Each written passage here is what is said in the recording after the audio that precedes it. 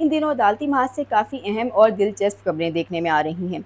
जजिस की तकर्री का नया फार्मूला सामने आया है। जुडिशल कमीशन की तारीख में पहली मरतबा जजिस के इंटरव्यूज़ कंडक्ट किए जा रहे हैं। इस हवाले से कुछ दिलचस्प मालूमात आज आपके साथ शेयर करेंगे। जबकि दूसरी जानिब सुप्रीम कोर्ट के साबिक जज अतर मिनल्ला का लिखा गया कॉलम वेबसाइट से डिलीट क्यों हुआ, इस हवाले से भी खबर को आज की वीडियो का हिस्सा बनाएंगे। मैं हूं सहरिश खान, मेरे यूट्यूब चैनल पर आप सबको खुशामदीद। सबसे पहले इसी हवाले से बात कर लेते हैं जो कि गुज़िश्ता रोज़ होने वाले जुडिशल कमीशन के हवाले से कुछ एक तारीखी काम इसको कहा जा सकता है। जजिस की तकर्री और जुडिशल कमीशन के तारीखी इंटरव्यूज़ इन दिनों काफ़ी ज़्यादा हेडलाइंस का हिस्सा बन रहे हैं। जुडिशल कमीशन वैसे तो 2010 से काम कर रहा है, लेकिन 26वीं आईनी तरमीम के बाद देखा जाए तो जहां ओवरऑल अदलिया के अंदर बहुत बड़ी तब्दीलियां आई हैं, वहीं जुडिशल कमीशन का ढांचा भी तब्दील हो चुका है। अब पार्लियामेंटेरियंस और एग्जीक्यूटिव इस कमीशन को अपने गैर मामूली फ़ायदा इससे हासिल करते हुए नज़र आ रहे हैं। तारीख में पहली मरतबा ऐसा हो रहा है कि जुडिशल कमीशन जजिस की तकर्री के लिए बाकायदा से इंटरव्यूज़ कंडक्ट कर रहा है। मीडिया रिपोर्ट्स के मुताबिक हालिया इंटरव्यूज़ के लिए 2 अलग अलग कमेटियाँ बनाई गई थी।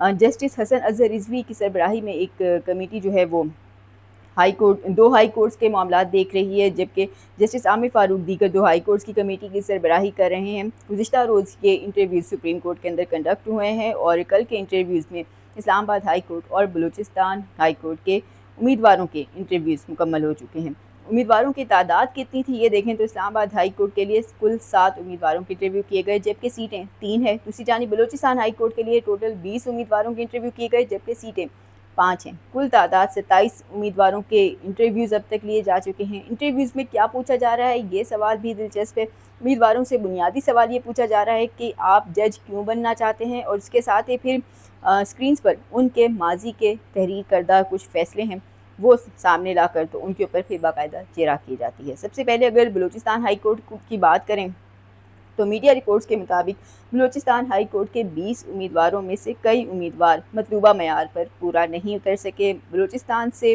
मंजूर शाह का इंटरव्यू कहा जा रहा है कि बहुत तवील भी रहा और काफ़ी अच्छा भी रहा। सिविल लॉ पर वो मजबूत गिरफ्त रखते हैं। आइनी और इसमें हुकूमती एक जो रुकावट है वो लेकिन यहाँ सामने आई। आइन के मुताबिक जज बनने की कम अज़ कम उम्र 40 साल है, लेकिन हुकूमत की गैर तहरीरी पॉलिसी के तहत 45 साल से कम उम्र के वकील को जज नहीं लगाया जा रहा। अब यही मसला सिंध हाई कोर्ट के मामले में भी उम्मीदवारों को दरपेश रहा है।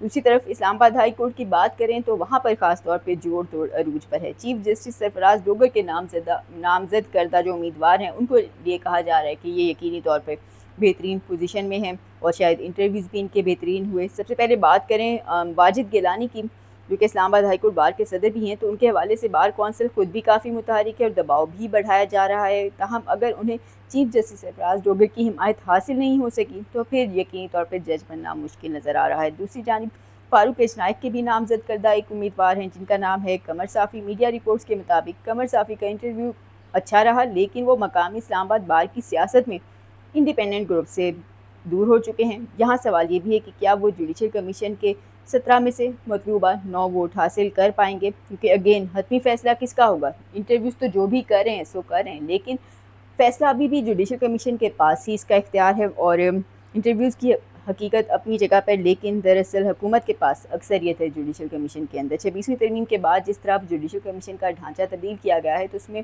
खुद अदालत से जजेस अब कम हो चुके हैं, लेकिन एग्जीक्यूटिव और हुकूमत से अब ज़्यादा हैं। लोग हुकूमती अराकीन पहले ही तय कर चुके होते हैं जुडिशल कमीशन के इजलास में जाने से पहले कि किसको वोट देना है, किसको जज बनाना है, और फिर तरह हुकूमत जिसको चाहती है अपने मनपसंद लोगों को बज़रिया अक्सरियत वोट देकर तो जज बना लिया जाता है। दूसरी जानिब कई इजलासों के अंदर अब तक देखने में आया है कि याह्या अफरीदी समेत जो कई जुडिशल कमीशन के मेंबरान हैं, अगर वो किसी को वोट नहीं भी दे रहे या किसी को नहीं चाहते कि जज बने तो उनके वोटों की अक्सरियत इतनी नहीं होती, और दूसरी जानिब हुकूमती अक्सरियत जो है वाज़े तौर पर उस पर एक डोमिनेट कर रही है जुडिशल कमीशन के अंदर। तो ऐसी सूरत हाल के अंदर कहा जा रहा है कि इंटरव्यूज़ अपनी जगह, लेकिन असल में जो फ़ैसला होगा वो जुडिशल कमीशन के इजलास के अंदर ही होगा। इंटरव्यूज़ को कंसिडर ज़रूर किया जाएगा, लेकिन जो अक्सरियत जिसको वोट देगी जुडिशल कमीशन के इजलास में वही आगे आएंगे। अब मजबूत उम्मीदवार कौन है, सब तो इस वक्त इस्लामाबाद हाई कोर्ट के लिए ख़ास तौर पर बात करें तो मजबूत उम्मीदवार अयाज शौकत, उमैर मजीद, मलिक और शाहरुख अर्जुमन फेवरेट उम्मीदवार दिखाई देते हैं।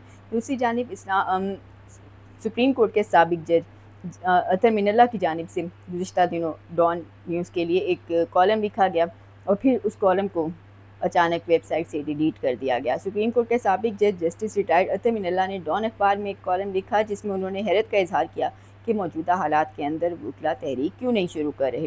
دوسری جانب دلچسپ بات اچانک یہ ہوئی کہ اس کالم کو اخبار میں تو چھاپ دیا گیا لیکن پھر اسے ویب سائٹ سے ہٹا دیا گیا۔ جسٹس اطہر من اللہ نے اس کالم کے اندر یہ لکھا کہ 2007 کی تحریک کی جو وکلا تحریک تھی اس لیے کامیاب ہوئی کیونکہ اس نے عدلیہ کی آزادی کو ایک جاندار قومی بیانیے میں تبدیل کر دیا تھا۔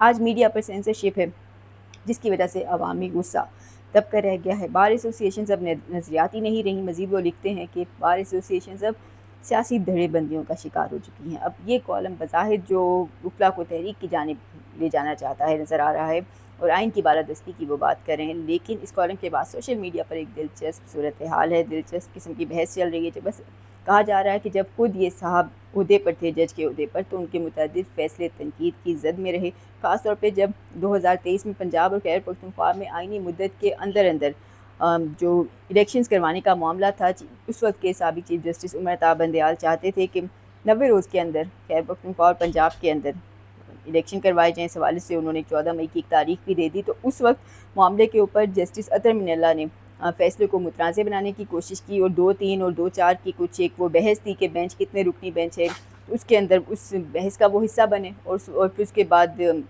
جو فائز عیسیٰ گروپ تھا جو اس سے اپوزٹ سوچتا تھا تو اس کا انہوں نے ساتھ دیا۔ تو کہا جا رہا ہے کہ جب وہ خود جج کے عہدے پر تھے تو اس وقت تو آئین کی بالادستی یاد نہیں آئی، آئین پر عمل درآمد کی راہ میں وہ خود رکاوٹ بنتے ہوئے دیکھے گئے۔ اب جب استعفیٰ دے کے گھر جا چکے ہیں تو باقیوں کو پھر نصیحتیں کرنے کا کوئی فائدہ نہیں ہے۔ بظاہر آج ملک کے اندر عدلیہ کا جو حشر ہوا ہے اس کے اندر صرف اور صرف حکومت کو ذمہ دار نہیں قرار دیا جا سکتا، اس کے اندر وہ تمام تر ججز بھی شامل ہیں جو اس عدلیہ کا حصہ رہ چکے ہیں۔ اس کے اندر ڈیم بنانے والے وہ سابق چیف جسٹس ثاقب نثار بھی شامل ہیں جو کہتے تھے کہ میں نے ڈیم بنانا ہے۔ وہ بھول گئے کہ ججز کا کام ڈیم بنانا نہیں بلکہ عوام کو انصاف فراہم کرنا ہوتا ہے۔ مقدمات کے فیصلے کریں بھائی، 56 ہزار مقدمات آپ کے عدالتوں کے اندر پینڈنگ پڑی ہیں لیکن آپ چلیں ڈیم بنانے۔ دوسری جانب جو ان دنوں سابق چیف جسٹس گلزار احمد کے فیصلے بھی تنقید کی زد میں ہیں کہ کراچی کو وہ اپنی 1980 کی دہائی کا کراچی دیکھنے کی خواہش میں وہ کراچی کے پیچھے پڑ چکے تھے، خاص طور پہ اپنا بینچ بناتے تھے اور پھر کراچی لے جا کے اس طرح سے ہیئرنگز کرنا اور پھر کراچی کی جو